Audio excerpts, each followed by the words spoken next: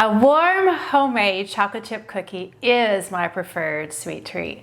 For the holiday season, I wanted to zhuzh up my favorite chocolate chip cookie recipe, making them into cookie sandwiches, adding a simple twist of frosting and edible holiday decor.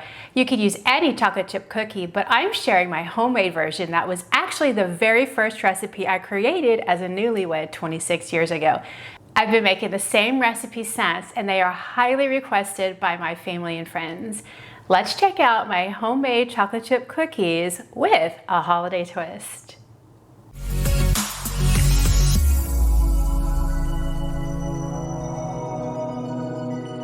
For the ingredients, you'll need all-purpose flour, baking soda, salt, butter, shortening, granulated sugar, dark brown sugar, an egg, vanilla extract, semi-sweet chocolate chips, commercial or homemade vanilla frosting, holiday-themed nonpareils or sprinkles, and optional food coloring.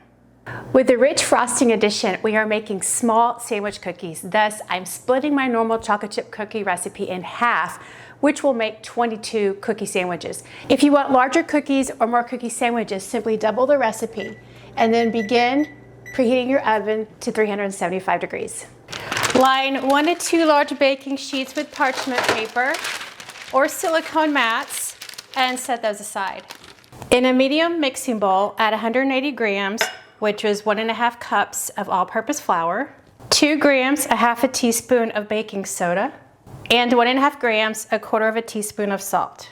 And give that a quick stir just to combine. And set that aside. In a large bowl, we're going to add 56.5 grams, which is a quarter of a cup, or 4 tablespoons of butter. This is softened butter. And 48 grams, also a quarter of a cup, or 4 tablespoons of shortening. Unlike many cookie recipes, I like to use both butter and shortening.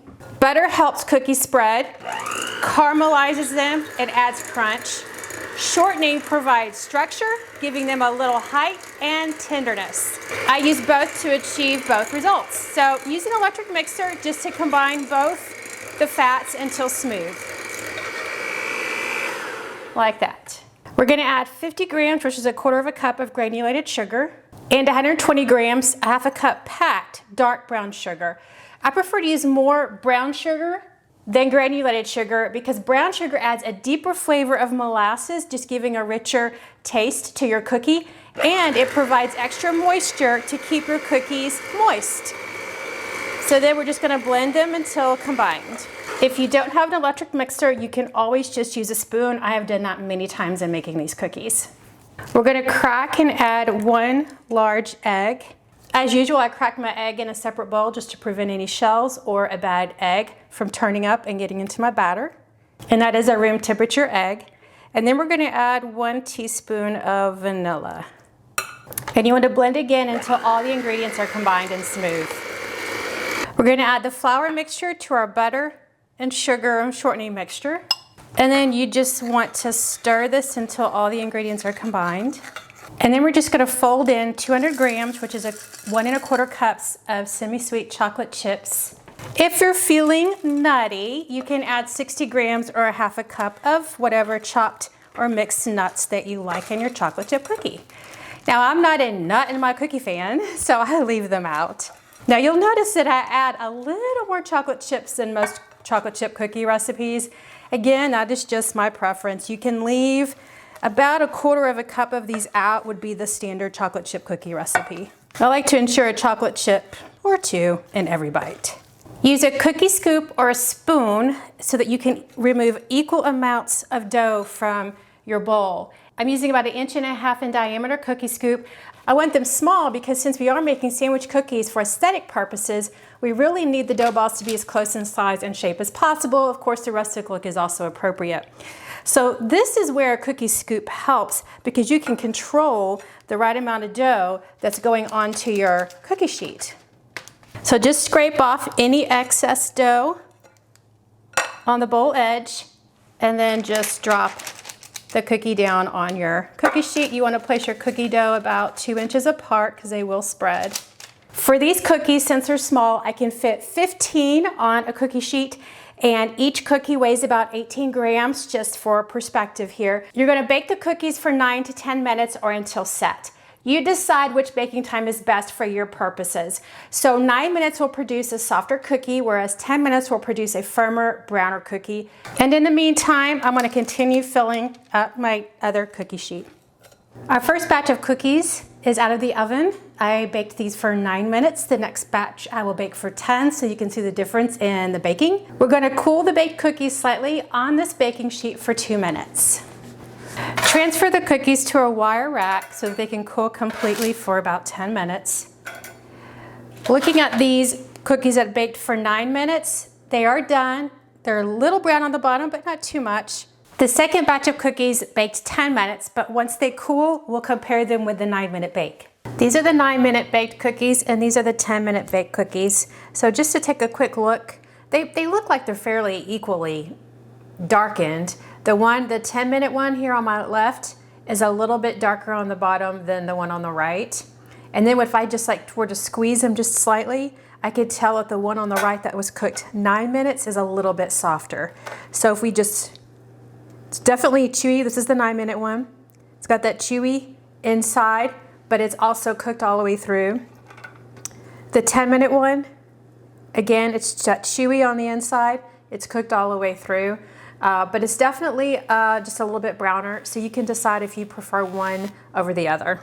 Also, I had a large cookie that I made at the very end. I don't think there were any chocolate chips in it, but this was the last bit of dough that was in my bowl. So you can see if you want to make bigger cookies, you could certainly do that and they'll turn out just right too. You might want to cook them just a smidge longer, maybe 10 to 11 minutes instead of the 9, but that would be what a larger cookie looks like. For ease, since it's the holiday season, I'm using a standard 1-pound or 16-ounce tub of commercial vanilla frosting, but I'm adding a little homemade twist. We found that whipping the store-bought frosting at home aerates the frosting, making it lighter and even slightly changes the flavor. So for us, the flavor is slightly less intense and gives a store-bought version a homemade feel.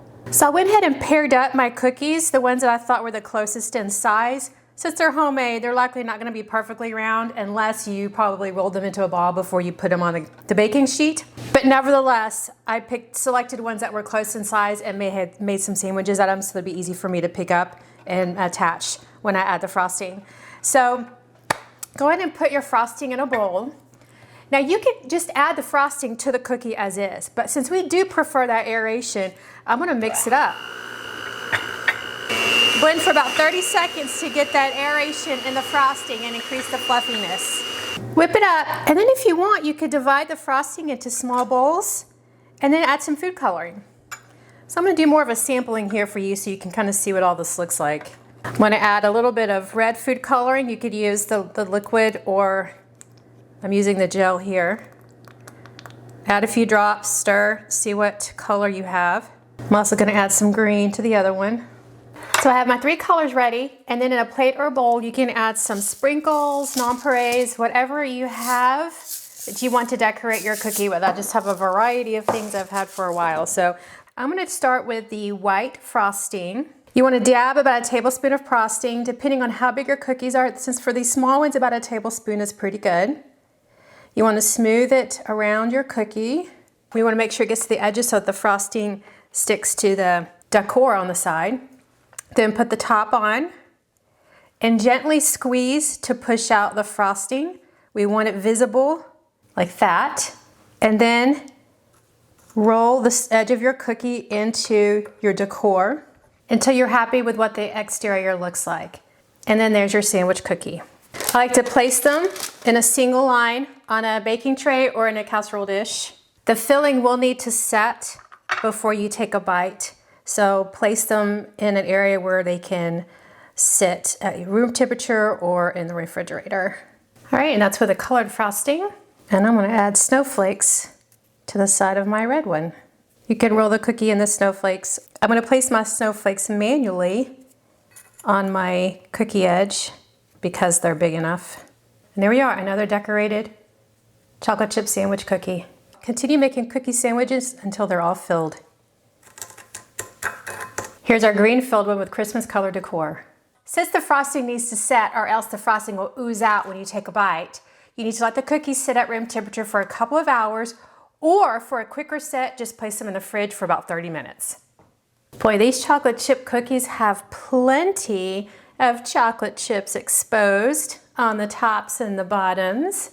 The frosting is visible, it's really pretty, it has all the nice nonpareils around it that fit the season, has lots of good color, it adds visual texture.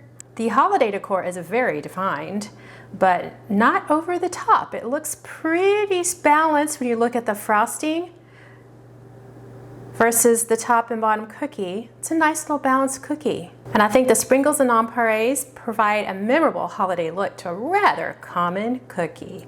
So while the cookies are small, when paired as a sandwich with a rich frosting, they are significant handheld desserts. So you can see why I used a smaller cookie instead of a larger one, particularly when you have a nice layer of frosting.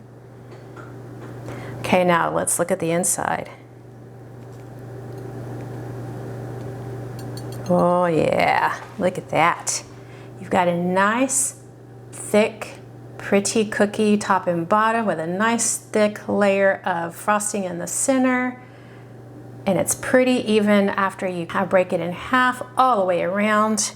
That's a good cookie. The cookies hold together with the frosting. There's a nice balance between it all. It's tasting time.